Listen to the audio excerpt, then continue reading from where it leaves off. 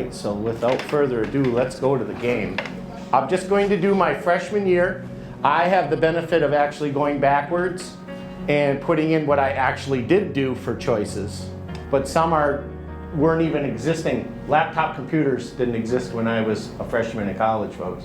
My favorite way to teach is my favorite way to learn, and that's through telling stories. And for me, when the story's true and you can put a name and a face with it, just makes it more sticky.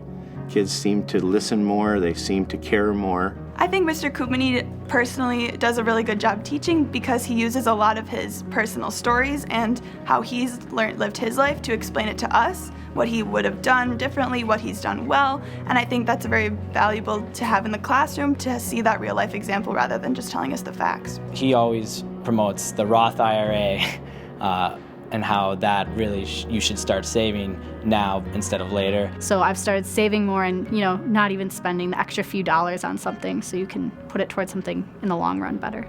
I did put over $1,000 into a Roth IRA to start saving for retirement. I've learned how to calculate a mortgage. I've learned what ways credit card companies try to trap you. It really prepares you for real life.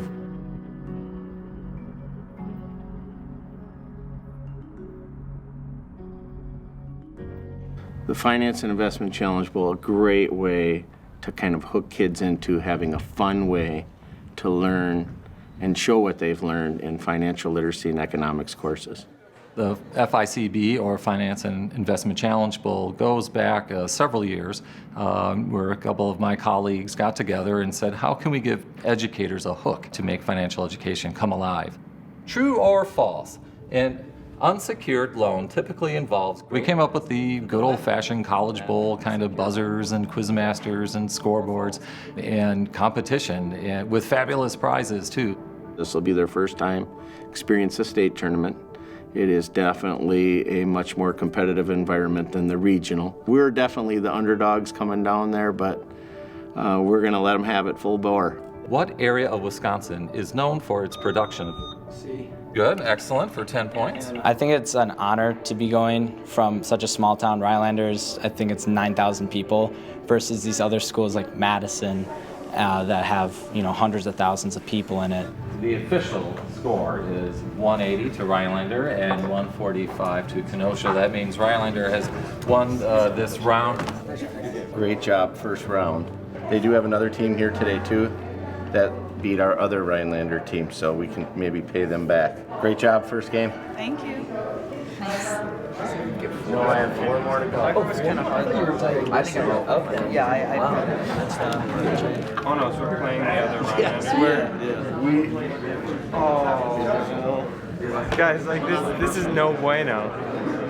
We know. We're gonna win fair and square, don't you worry. I'm a pessimist because of intellect, but an optimist because of will. Which one is Rhinelander Team 1? We're Team 1. You're Team 1 and you're Team 2? Team 2, okay. All right, got it. Define microeconomics. So it's like personal economics as opposed to macroeconomics, which deals with like government. Next question. The tragedy of the commons is a situation where something that... 2019, some newly elected members of Congress. So one argument against this is the Laffer curve. Yes. Guys, that is the end of the game. Good job. Good job. Hunter, that was a good time. Good job. I'm proud as heck of you to represent our town, our school, the department.